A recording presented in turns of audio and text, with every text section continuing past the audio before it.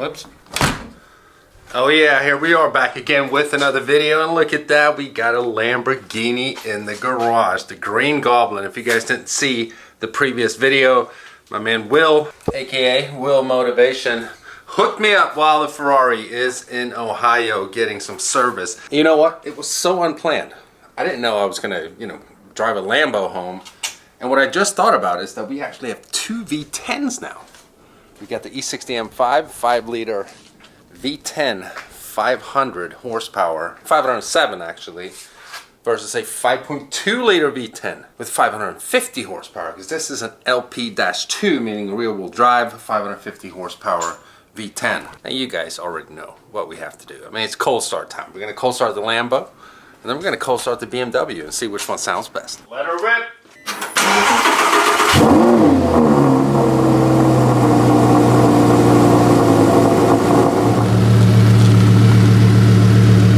And then we got the M5. Let her rip.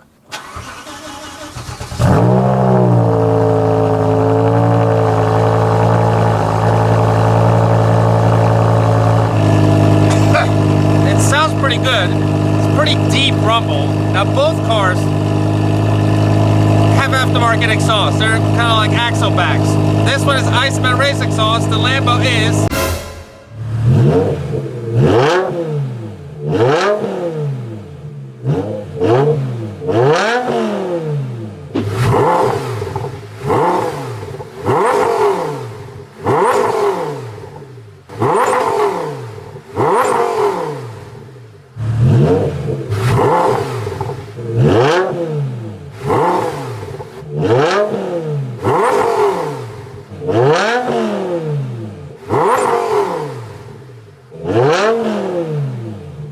So the Gallardo is so much smaller than the F12. I mean, height-wise and length-wise.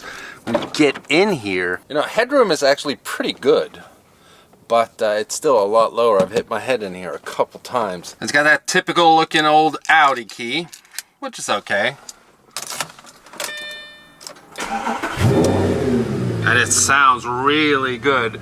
Although it's not really like F12 high-pitched in the same way and as loud, it does sound really good. It's also very dark in here because I think this is like 5% tint. Get all the buttons right here on the center console. There's also pretty much zero cubby space. You got a little bit here.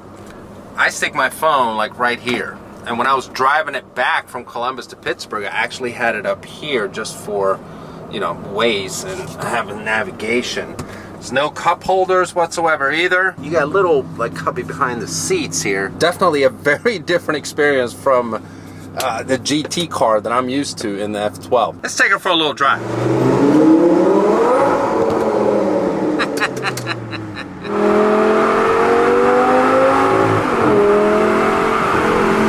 It's got a lot of power and fantastic downshifts.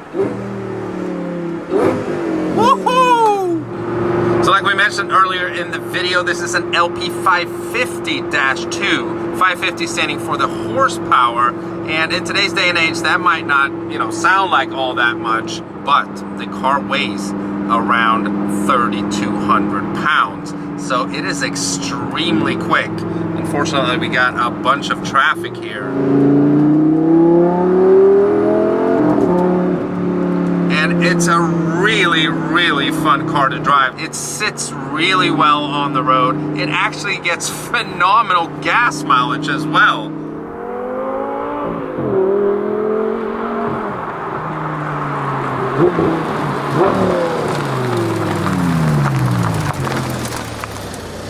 So the Gallardo was produced for 10 years. It's Lamborghini's most sold model.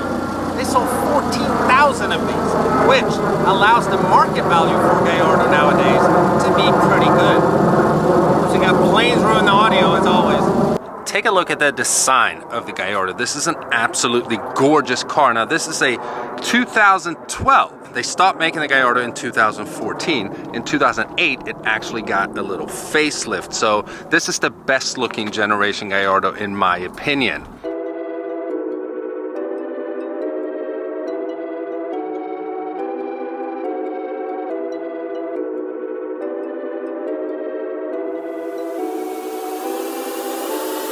Now what also makes the Gallardo special when you're driving it is that you have the engine behind you.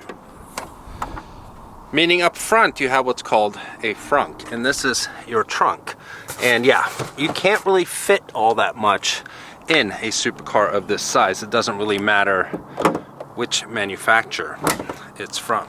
It looks menacing from the front. It just has that typical low supercar profile. Now I've been driving this car for a few days, and as most of you guys already know, is I have a supercar. I have a Ferrari F12, but that car doesn't get half the attention that this car gets. Now that might be because it has this amazing like satin, dark, chromy, green looking wrap on it, but it's also because of the design of the Gallardo. Just look at it.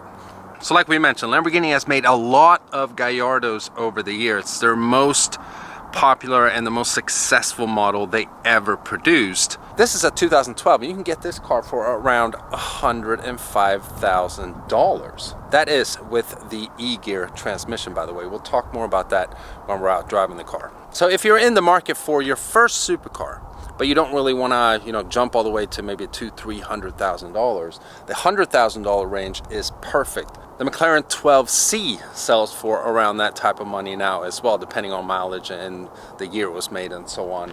But I would pick a Gallardo any day. Although the 12C might be faster, the Gallardo has the naturally aspirated V10. You get the sound, which in my opinion goes hand in hand with it being exotic.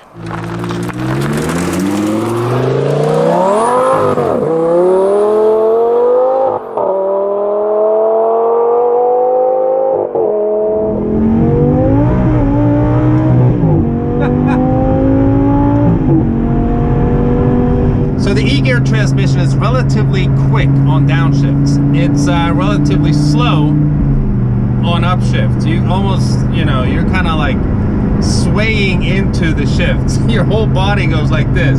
When you put it in sport though, it quickens up a little bit and they are even more aggressive. It is, I have to say that this transmission, it does have its charm. It's an experience to drive this car. Do a little pull here.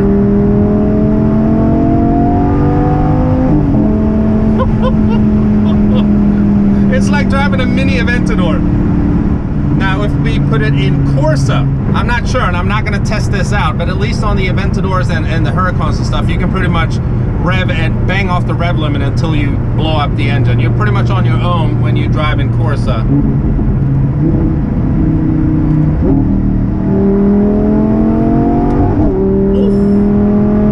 Shifts are even, oh my god, they are so aggressive. I mean, I gotta say, yeah, it doesn't have a dual clutch. It's not as smooth as the Huracan, or let's say my F12, or many other new modern supercars like a 488 Pista or a 488 whatever. But yeah, it is an experience to drive a car like this with a single clutch gearbox.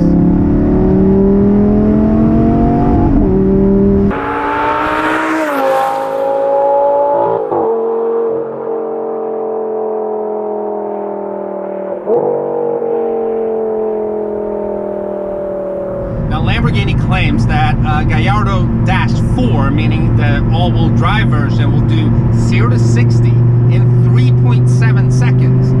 And that's fast for a car that's almost 10 years old. Now with this being the Dash 2, the rear-wheel drive version, and it's pretty much winter outside. It's January in Pittsburgh, Pennsylvania.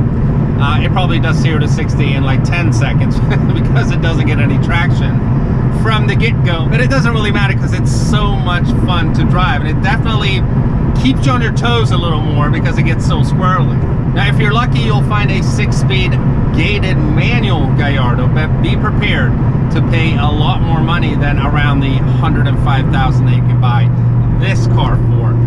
And also keep in mind that the e-gear transmission isn't actually all that bad.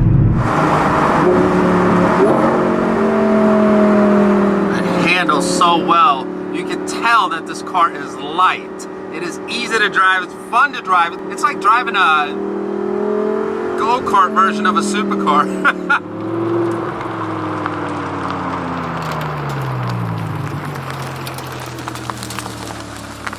So if you find a Gallardo like this one here, 2012, around 26,000 miles, you get a supercar with 550 horsepower and almost 400 pound-feet of torque for about 100 grand. And for anyone that is supercar shopping, $100,000 is actually very affordable. So I hope you guys enjoyed this shorter overview of this specific Gallardo right here. Make sure you follow the owner of this car on YouTube and Instagram at Will Motivation. Let me know what you think of the Gallardo down in the comments below. Is it worth $100,000? Is there any other supercar out there on the market that is more of a bargain than a Gallardo at this moment? Leave your suggestions down in the comments. If you guys enjoyed this video, you know what to do. Give it a huge thumbs up. If you're stopping by for the first time and you haven't already and you want to, please subscribe, and I'll catch you guys in the next one. Bye-bye.